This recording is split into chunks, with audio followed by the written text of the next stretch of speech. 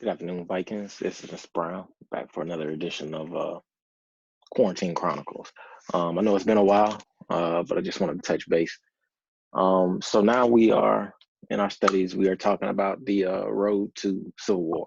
Now we've been on the road to the Civil War for a while now, but this is some of the stuff that we actually classify as being the road to the Civil War. Remember in U.S. history, especially in this second semester, there's a lot of stuff that isn't done chronologically.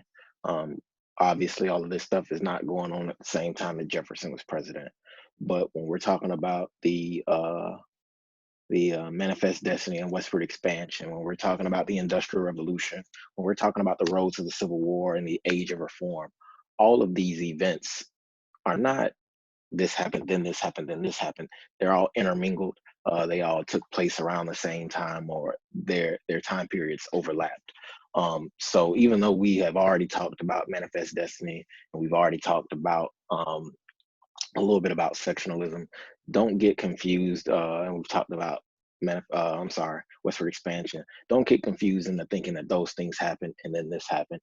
All of those things happened. All of these things happened around the same time. And as a matter of fact, some of the things that happen are a direct cause of uh, some of these other things, or a result of some of these other things. So this week, you were watching a video on the age of reform, where we talked about, or where the video talked about a few different things. Talked about the women's rights movement, talked about the abolitionist movement, talked about the temperance movement, and it also talked about prison reform. Um, and schools. There are five areas of reform that we are focused on here. We talk about the how Horace Mann, who should sound familiar because Mann Middle School is right around the corner from us. Horace Mann had public school reform, and that led to public schools becoming a thing and education becoming uh, a right more so than a privilege for most people up until this point, or up until that point in history before Horace Mann started making these corrections to the way we school students or we school children in the United States. Up until that point, only the rich, only the elite were able to send their kids to schools. Um, and there were very little grade schools. Most schooling took place in the home, and then students would go on to college at a certain age. So most of the schools that were open at this time were higher level schools, higher levels of education. Um, until Horace Mann came through, and he started to put in place that everybody should be schooled.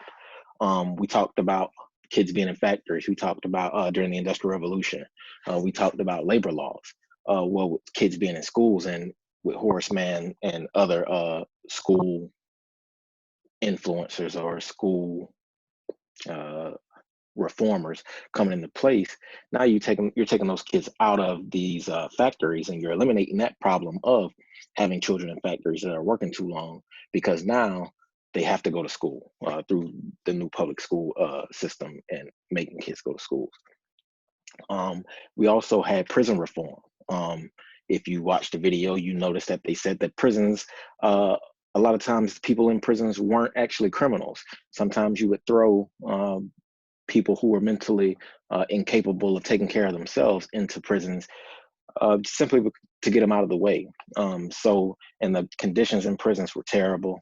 Not a lot to eat. The conditions were, it was cold. You might not have had beds, and you didn't have people to take care of these mentally ill people that you were throwing into these prisons, as well as making sure that the prisoners or the criminals, even though if they were criminals, were still subjected to humane conditions and not inhumane conditions. So Dorothy Dix went around into these prisons and really pushed for reform for the people who occupy the prison system, and trying to get people out of prison who shouldn't have been in prison, like those mentally ill. Um, we had the women's rights movement, and some of you have noticed and commented that the women's rights movement kind of coincided with abolition. So the women's rights movement was trying to get rights for women, obviously. And the abolitionist movement was about freeing slaves and trying to get rights for slaves. So you had a lot of women in the abolitionist movement that came to realize, yo, we're out here trying to push for these rights for African slaves, and at the same time, we're not getting many rights either. And this is why our voices aren't being heard for abolition, because our voices aren't being heard at all. So you had a lot of abolitionists that also were involved in the women's rights movement. You had a lot of people in the women's rights movement that were also involved in the abolitionist movement, because these were both issues of civil rights, more so than just women's rights and African rights. So a lot of crossover there. You had people like Elizabeth Cady Stanton on both sides of this. You had people like Frederick Douglass on both sides of this. Sojourner Truth was on both sides of this. If you never in your life heard of a poem called "And Ain't I a Woman," I would go and check it out. It's an excellent poem. It makes you think, and it made because it was a woman talking about, you know, I see that these other white women are being treated this way and treated with delicacy, but aren't I a woman? Ain't I a woman as well? Even if my skin might be different, I'm still a woman, so shouldn't I be treated with these same courtesies and these same delicacies? It's an excellent poem. Give it a read if you are interested. Um, so we talked about the prison movement, the schools. We talked about abolition, which is getting rid of slavery, abolishing slavery, and the women's rights movement. And the last of the five reforms was temperance. Temperance was about alcohol. Alcohol was a big deal. A lot of American families were drinking heavily at this point. And the temperance movement was about not eliminating alcohol, but trying to reduce the consumption of alcohol in a typical American family. A lot of people were stepping out and talking about the dangers of people on alcohol, not just necessarily alcohol itself, but if a father is going through hard times and he's drinking a lot at home, then that contributes to domestic abuse, or that contributes to other issues that might plague the American family.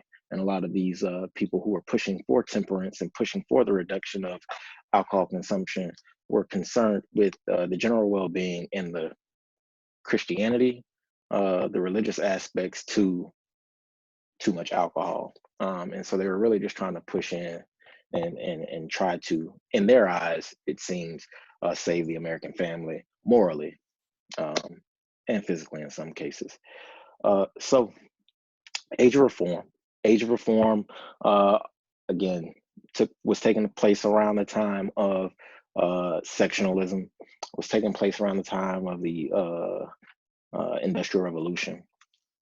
But it was something that really started to push forward and really made people in the Americas see the divisions between the different people. And it was something that continued to drive us toward the Civil War.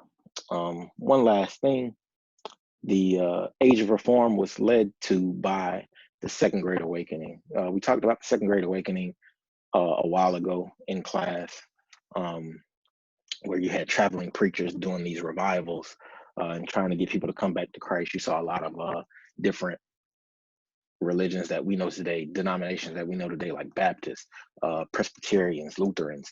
A lot of these started to pop up around the time of the Second Great Awakening. A lot of schools started to pop up around the Second Great Awakening, like Harvard, Dartmouth, a lot of our Ivy League schools that were created as schools for pastors, schools to train ministers. If you didn't know, but you should have, because we talked about it. But the Second Great Awakening made people start to think and question the daily goings on that they were dealing with, and it made people start to think, well, hey, maybe this slave shouldn't be a slave, or maybe we're drinking too much, or maybe a woman deserves the same rights as a man. Um, so you saw the Second Great Awakening lead to the Age of Reform and lead to a bunch of difficult questions being asked in the country and making people look themselves in the mirror and kind of rethink life. That's all I got for today. Next time we'll talk a little bit more about some of the causes to the Civil War, because it wasn't just the age of reform, it wasn't just abolition, it wasn't just sectionalism. You had some figures in these different movements. You should have read about and watched a video about John Brown at this point, who was, in my opinion, an incredible man who stepped out and did some incredible things in the name of abolition. So we'll talk a little bit more about some of the causes that led us to civil war. We'll talk about secession and how the South became its own country and how that led to the North fighting the South. Till next time. It's a great day to be great, y'all. Have a great rest of your day.